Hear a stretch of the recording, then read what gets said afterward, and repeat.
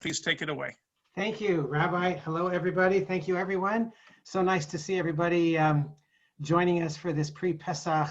I'm going to call it a celebration because it's really nice to be together with everyone. Even though it's via Zoom, we've grown accustomed over these last many weeks and months to Zoom, and hopefully there's light at the end of the tunnel. God willing, we'll all be together soon, panim el panim, face to face.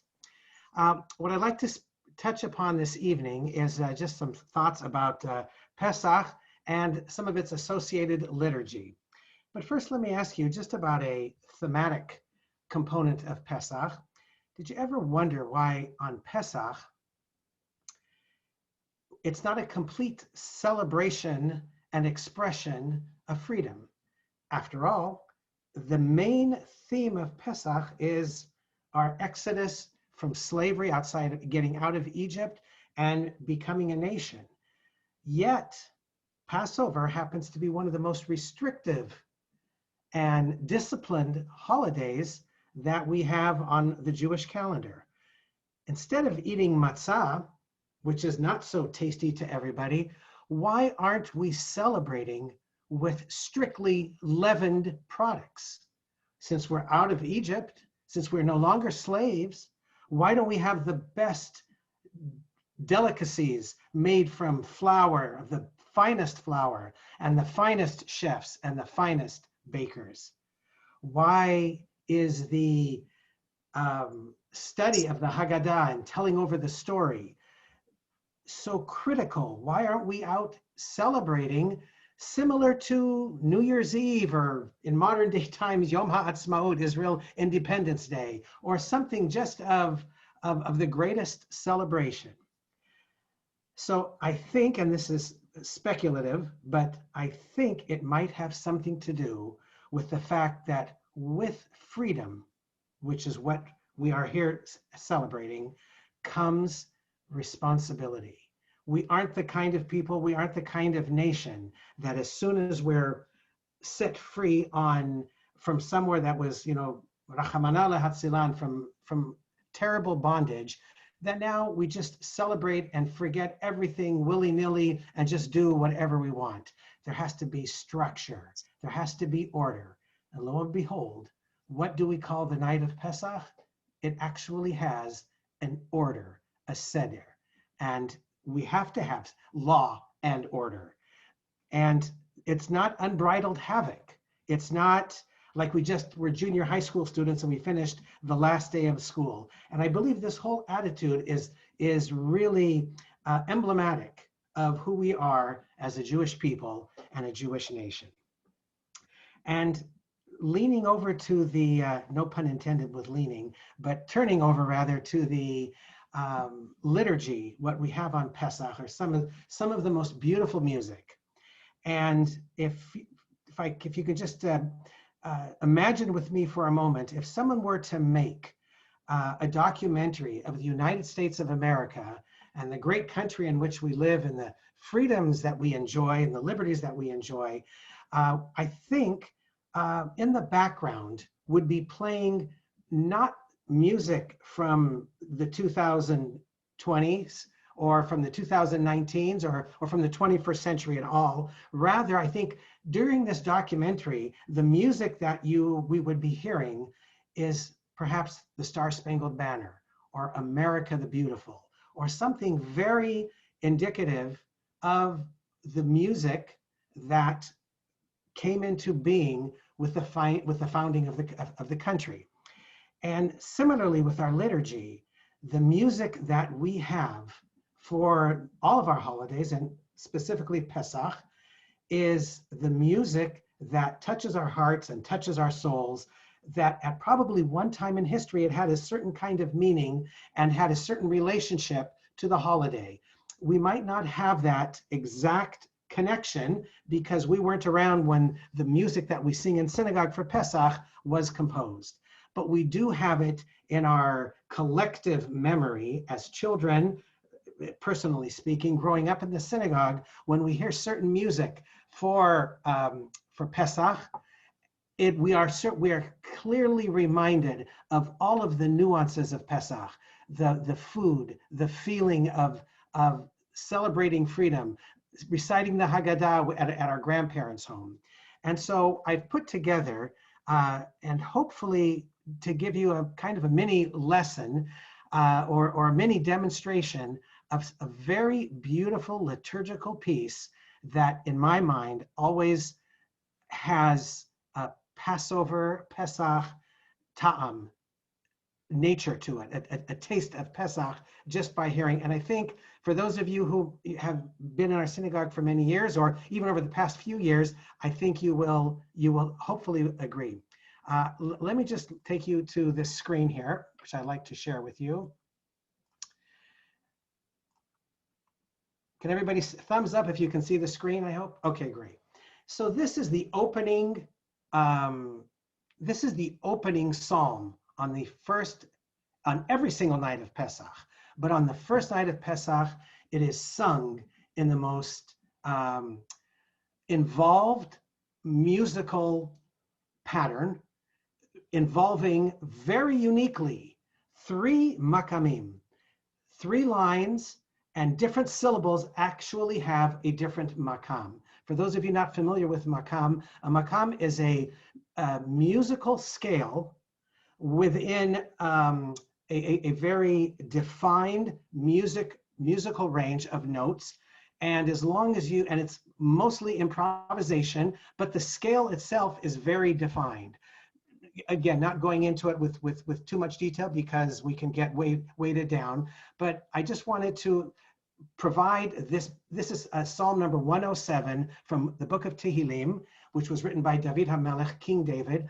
And it really doesn't have any, it's not specific to Pesach, but it is specific to one's dependence on God's mercy, that our people at different times in history during hardships survived these hardships through the mercy of God. And it speaks of times of distress, and it has bitter experiences that Israel had faced at different times, at different exiles that the Jewish people had. And in the end, there's heartfelt expression of praise to God. So it's very, although not specific to Pesach, our rabbis, our chachamim, were experts in being able to find biblical passages and biblical chapters in the Tanakh that deal with the event at hand. The event at hand, of course, is Pesach. And I made this little chart here. This is it. Well, first let me go back here. Let me just read it to you very quickly. Todu l'Adonai ki tov ki le'olam chasdo. That's a very well-known phrase, and that's the opening pasuk, the opening verse of this chapter in Tehillim. In English, it says, "Praise God, for he is good. His steadfast love is eternal. Therefore, let the redeemed," we are the redeemed. God took us out of Egypt.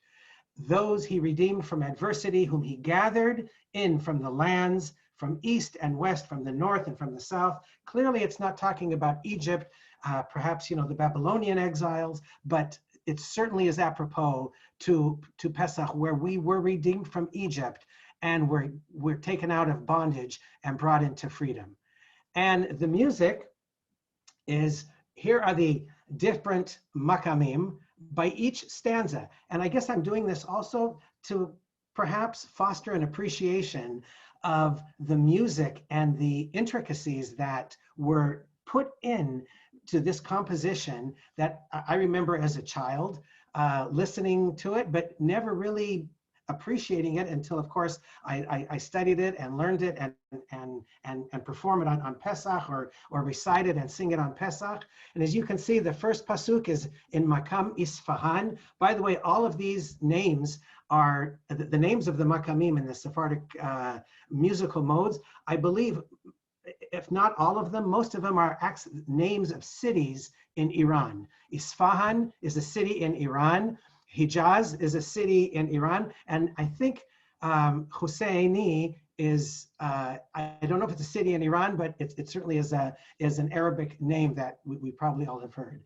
So the first pasuk is in the Makam Isfahan.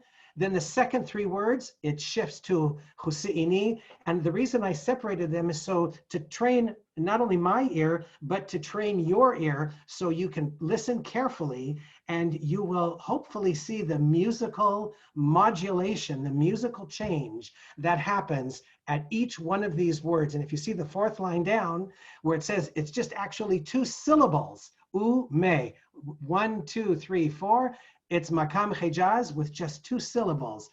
And then, of course, it finishes in Makam Isfahan in order to escort all of the people in synagogue to the right note so that they can all join in together, singing the beautiful Psalm 107, Kof Zayin, in Tehillim that we sing on the first night of Pesach in great fanfare. And then, of course, every other night before Avi, we also sing it, but not with such fanfare that we do on the first 2 nights and the last 2 nights of Pesach.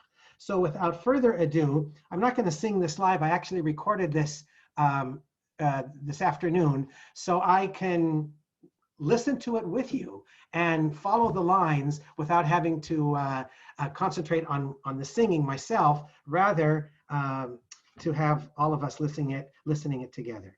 So let me just pull it up over here. And here we go.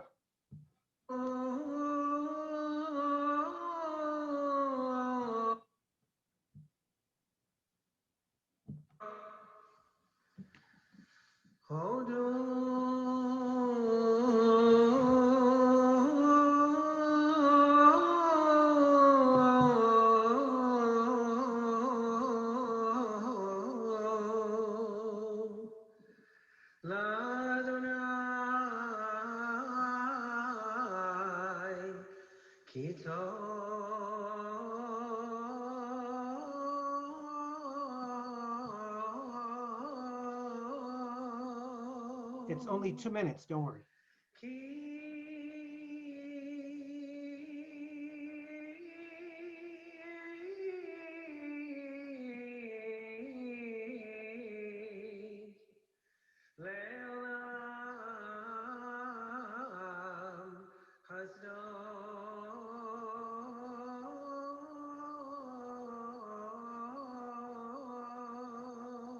Now it changes the makam.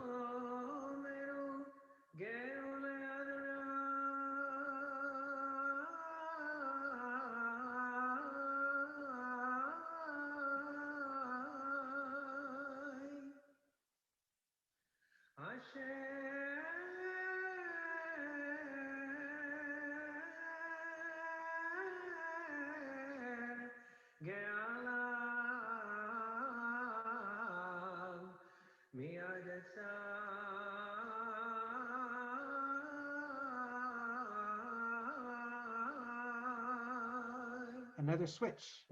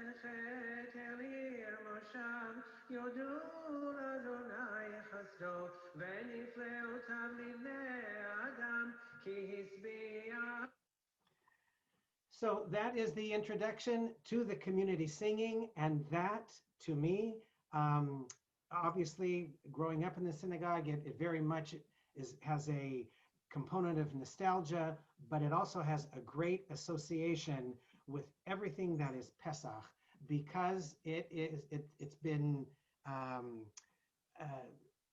I guess it's part of our DNA. It's just part of who our community is. And even if you're not from this community, but you've been here and you listen for time, I believe this music really finds its way, hopefully, into your hearts and minds and gives us good recollections and sets us on the correct mood, if you will, or the correct frame of mind for the appropriate recognition and celebration and enjoyment of this holiday of Pesach. And for each holiday that we have this music, hopefully it does just that, provides a mood setting and a heartfelt warmth that you can bring home and celebrate the holidays with your families.